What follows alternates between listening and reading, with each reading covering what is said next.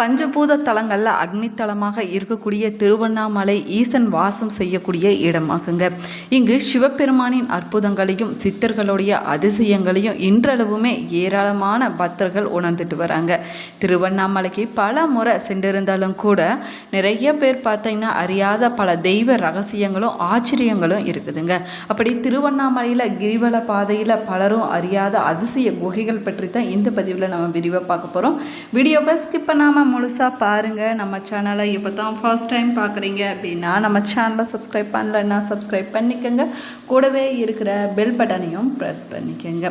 வாங்க வீடியோக்குள்ளே போகலாம். வீட்டில் எப்பயுமே சண்டையும் சச்சரமாக இருக்குதா? உங்களுக்கு ஒரு விதமான மன அழுத்தமாகவே இருந்து கொண்டு இருக்குதா? திருமணம் வர நிச்சயமாகிற மாதிரி தள்ளி போய்கொண்டே இருக்குதா? இது போன்ற பிரச்சனைகளுக்கு இந்த வீடியோவுக்கு கீழே டிஸ்கிரிப்ஷனில் ஜோதிடோட வாட்ஸ்அப் நம்பர் கொடுத்துருக்குறேன். இந்த எண்ணுக்கு தொடர்பு கொண்டு பேசி பாருங்கள். உங்கள் பிரச்சனைகளுக்கு சரியான தீர்வு கிடைக்குங்க. உங்களுக்கு சிவபெருமான் பிடிக்கும் அப்படின்னா தென்னாட்டுடைய சிவனை போற்று எந்நாட்டவருக்கு இறைவா போற்று என்ற வாசகத்தை மறக்காமல் கமெண்ட் பாக்ஸில் 3 முறை பதிவிடுங்க. நீங்களும் திருவண்ணாமலையில் கிரிவலம் போயிருந்தீங்கன்னா மறக்காமல் உங்களுடைய கருத்துக்களை கமெண்ட் பாக்ஸில் கமெண்ட் பண்ணுங்கள். நினைத்தாலே முத்தி தரும் தலமான திருவண்ணாமலையில் பல அதிசயங்களும் அற்புதங்களும் மனித அறிவுக்கு அப்பாற்பட்டு பல ஆன்மீக ஆச்சரியங்களும் தெய்வீக ஆற்றல்களும் கொண்டது தாங்க இந்த திருத்தலமாகும். திருவண்ணாமலைக்கு செல்லக்கூடிய பெரும்பாலானவங்க பார்த்திங்கன்னா அருணாச்சலேஸ்வரரை தரிசனம் செஞ்சுவிட்டு கிரிவலம் கிரிவல பாதையில் இருக்கக்கூடிய அனைத்து கோவில்களையும் ஜீவ சமாதிகளையும் குளங்களையும் தரிசனம் செஞ்சுவிட்டு வந்துடுறாங்க. இன்னும் சில பேர் பார்த்திங்கன்னா கிரிவலம் மட்டும் சென்று விட்டு வழிபட்டு விட்டு வந்துடுறாங்க. ஆனால் அண்ணாமலையார் கிரிவல பாதையில் நிறைய பேருக்கு தெரியாத ரகசிய குகைகளும் அங்கு பல அதிசயங்களும் மறைஞ்சிருக்குதுங்க. இப்படி பல அதிசயங்களையும் ஆச்சரியங்களையும் கொண்டிருக்கக்கூடிய அதிசய குகைகளை பற்றி பார்க்கலாம் வாங்க. விருப்பாஷி குகை. இந்த குகை பார்த்திங்கன்னா கிரிவல பாதையில் இருக்கக்கூடிய குகைகளை 500 ஆண்டுகள் பழமையான அதிசய குகை தாங்க இந்த விருப்பாஷி குகையாகும். இதை ஓம் வடிவு குகை என்றும் சொல்லுவாங்க. இந்த குகை ஓம் என்ற பிரணவ மந்திரத்தின் வடிவில் இருக்குதுங்க. இங்கு தான் பகவான் ரமணர் 17 ஆண்டுகள் தவம் புரிந்ததாக சொல்லப்படுது. அதே போல் மலையினுடைய உச்சிக்கு பக்கத்தில் தாங்க இந்த கந்தாசிரமமானது இருக்குது. இங்கே பார்த்திங்கன்னா மலையிலிருந்து ஊறக்கூடிய அதிசய தீர்த்தமும் இங்கே இருக்குது. இது எந்த காலத்துலேயுமே வற்றாத அதிசயமான இயற்கை அற்புதம் நிறைந்த தீர்த்தமாகுங்க. மலையின் உச்சிக்கு பக்கத்தில் இந்த தீர்த்தம் இருப்பதனால இங்கே இருக்கக்கூடிய ஒரு சிறிய சுனையில் வருஷம் முழுவதுமே தண்ணீர் வற்றாமல் ஊற்றெடுத்து கொண்டே இருக்கும் அப்படின்னும் சொல்லப்படுது. அதே போல் பார்த்திங்கன்னா சித்தர்கள் வாழக்கூடிய குகையாகுங்க. கிரிவல பாதையில் இருக்கக்கூடிய சில குகைகளை இன்றுமே சித்தர்கள் சூட்சம வடிவில் தவம் செய்து கொண்டிருப்பதாகவும் பல பக்தர்களால் சொல்லப்படுதுங்க. இங்கு அரூபமாய் வாழக்கூடிய சித்தர்கள் அவ்வப்போது கிரிவலம் வருவதும் அண்ணாமலையாரை சென்று தரிசனம் செய்வதை வழக்கமாகவே வச்சிருக்கிறாங்க என்பது பக்தர்களுடைய நம்பிக்கையாக சொல்லப்படுது.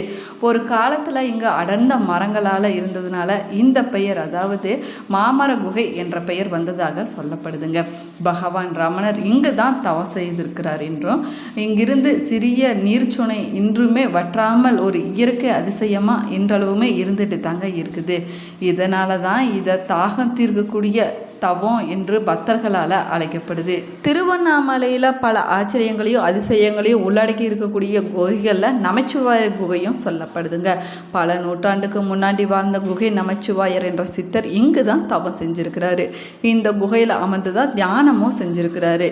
இன்றுமே ஒரு விதமான தெய்வீக உஷ்ணத்தை நம்மால் இங்கு போனோம்னா உணர முடியுங்க.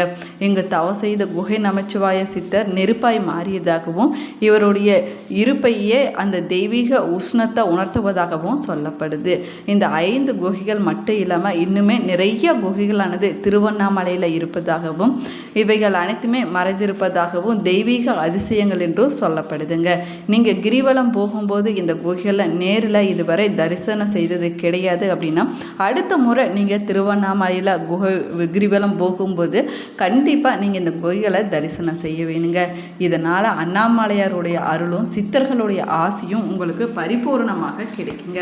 திருவண்ணாமலையில் நம்ம கிரிவலம் போவதால் பாவ வினைகள் அனைத்துமே குறைந்து புண்ணியங்களானது அதிகரிக்குங்க. அது மட்டும் இல்லாமல் தெய்வ அருள் மட்டும் இல்லாமல் சித்த புருஷர்களுடைய அருளும் பரிபூர்ணமாக கிடைக்கும். திருவண்ணாமலையில் கிரிவலம் போவதற்கு எல்லா கிழமைகளும் எல்லா திதிகளும் எல்லா நேரங்களும் கிரிவலம் போகலான்னாலும் கூட எந்த கிழமையில் எந்த நேரத்தில் கிரிவலம் சென்னோம்னா அதனுடைய பலன் கிடைக்கும் அப்படின்னு பார்க்கலாம் வாங்க. திருவண்ணாமலை என்றாலே நம்முடைய நினைவுக்கு வரக்கூடியது கிரிவலம் தாங்க. திருவண்ணாமலை கிரிவலம் தான் நிறைய பேர் போவாங்க.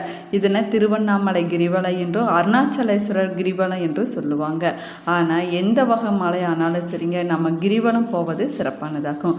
திருவண்ணாமலையில் கிரிவலம் வந்த அதே பலனை மற்ற கோவில்களில் மலை வழங்க வரும்போது பெற முடியுங்க. திருவண்ணாமலை தவிர பழனி, திருப்பரங்குன்றம், திண்டுக்கல், ரத்னகிரி, சோளிங்கர், வள்ளிமலை, பர்வதமலை, சென்னிமலை, திருமயம் போன்ற இப்படி பல மலைகள் இருக்கக்கூடிய பல இடங்கள்லையுமே கிரிவலம் செல்வது வழக்கமாகும். எங்கெல்லாம் மலை இருக்கிறதோ, மலை மீது ஆலயம் இருக்கிறதோ, அதை முழுவதுமாக மலம் வந்து அந்த மலை மீது இருக்கக்கூடிய தெய்வத்தை நம்ம வழிபட்டோம்னா கிரிவலம் வந்தால் முழு பலனும் நமக்கு கிடைக்குங்க. அப்படி திருவண்ணாமலையில் கிரிவலம் போகும்போது 10 பாடல்களை பாடிக்கொண்டு நம்ம கிரிவலம் போக வேணும். நமக்கு அந்த பாடல் தெரியும் என்றால் பாடிக்கொண்டு கூட நம்ம போகலாங்க. எதுவுமே தெரியல அப்படின்னு சொன்னோம்னா இறைவனுடைய நாமங்களை மட்டுமாவது சொல்லிக்கொண்டு நம்ம கிரிவலம் போவது சிறப்பானதாகும். சிவ ஆலயம் என்றால் சிவாய நம, ஓம் நமச்சிவாய என்று சொல்லிக்கொண்டு போக வேணுங்க. அதே போல் முருகன் கோவில் என்றால் ஓம் சரவண பவா என்றும், அம்பாள் கோவில் என்றால் ஓம் சக்தி பராசக்தி என்று சொல்லிக்கொண்டு நம்ம கிரிவலம் போவது சிறப்பானதாகும். கிரிவலம் செல்வதனால பாவ வினைகள் அனைத்துமே குறைந்து புண்ணிய பலன்களானது அதிகரிக்குங்க. அப்படி எந்த கிழமையில் கிரிவலம் போனோம்னா என்ன மாதிரியான பலன்கள் கிடைக்கும் அப்படின்னு பார்க்கலாம் வாங்க. ஞாயிற்றுக்கிழமை நாளில் நம்ம கிரிவலம் போவதனால சிவலோக பதவியானது கிடைக்குங்க. அது மட்டும் இல்லாமல் நோய் நொடி பிரச்சனைகள் அனைத்துமே விலகிவிடும். திங்கட்கிழமை நாளில் கிரிவலம் போவதனால பாவ கணக்குகள் அனைத்துமே குறைந்து புண்ணிய கணக்குகளானது அதிகரிக்கும். செவ்வாய்க்கிழமை நாளில் நம்ம கிரிவலம் போனோம்னா கடன் பிரச்சனைகள் தீருங்க. தீவினைகள் அனைத்துமே விலகிவிடும். வறுமை நிலையானது மாறிவிடுங்க. சகல சம்பத்துகளும் நம்ம தேடி வரும். கர்ம வினைகள் அனைத்துமே விலகிவிடுங்க. என்ன நினைத்து எந்த வேண்டுதலுக்காக நம்ம கிரிவலம் போகிறோமோ அந்த வேண்டுதலானது நிச்சயமாக நிறைவேறும் அப்படின்னு சொல்லப்படுது. அதே போல் புதன்கிழமை நாளையில் கிரிவலம் போவதனால கலைகளில் நல்ல தேர்ச்சியானது கிடைக்குங்க. மோட்ச நிலையானது கிடைக்கும். வியாழக்கிழமை நாளில் கிரிவலம் போவதனால குரு பகவானுடைய அருளானது கிடைக்குங்க. ஞான சித்தியானது கிடைக்கும். இந்த ஜென்மம் மட்டும் இல்லாமல் பல ஜென்ம குருமார்களுடைய ஆசையானது இந்த வியாழக்கிழமை நாளில் கிரிவலம் போவதனால பரிபூர்ணமாக கிடைக்குங்க. வெள்ளிக்கிழமை நாள் கிரிவல வழிபாடு என்பது செல்வ நலன்களை பெற்றுக் கொடுக்கும். வைகுண்ட பதவியை பெற்றுக் கொடுக்குங்க. குழந்தை பெரு பாக்கியத்தை பெற்றுக் கொடுக்கும். சனிக்கிழமை நாளில் கிரிவலம் போவதனால பிறவிப்பினி அனைத்துமே நீங்கி விடுங்க. வியாபாரத்தில் உச்ச நிலையை அடைய முடியும். நவகிரக தோஷங்கள்லேருந்து நமக்கு நிவர்த்தியானது கிடைக்குங்க. எந்த திதியில் எந்த நேரத்தில் கிரிவலம் போனோம்னா என்ன மாதிரியான பலன்கள் கிடைக்கும் அப்படின்னு பார்க்கலாம் வாங்க. அஷ்டம திதியில் நம்ம கிரிவலம் போனோம்னா தீய வினைகள் அனைத்துமே விலகி விடுங்க. பிரம்ம முகூர்த்த நேரத்தில் கிரிவலம் போவதனால நம்ம விரும்பக்கூடிய சக்தியை நம்மளால் பெற முடியும். பகல் மற்றும் மாலை நேரத்தில் நம்ம கிரிவலம் போவதனால தனம் தானிய சம்பத்துக்களானது கிடைக்குங்க. இரவு நேரம் இல்லைன்னா நள்ளிரவு நேரத்தில் நம்ம கிரிவலம் போவதனால அஷ்டம சித்திகள் பெற முடியும் அப்படின்னும் சொல்லப்படுதுங்க. அமாவாசை நாளில் கிரிவலம் போவதனால அருளை வேண்டக்கூடியவங்க அமாவாசையிலுமே, பொருளை வேண்டக்கூடிய பௌர்ணமியிலும் கிரிவலம் போகலாங்க. அதே போல் சிவனுடைய அருளை மட்டும் பரிபூர்ணமாக பெற வேணும் அப்படின்னு நினைக்கக்கூடியவங்க அமாவாசை நாளில் கிரிவலம் போவது சிறப்பானதாகும்.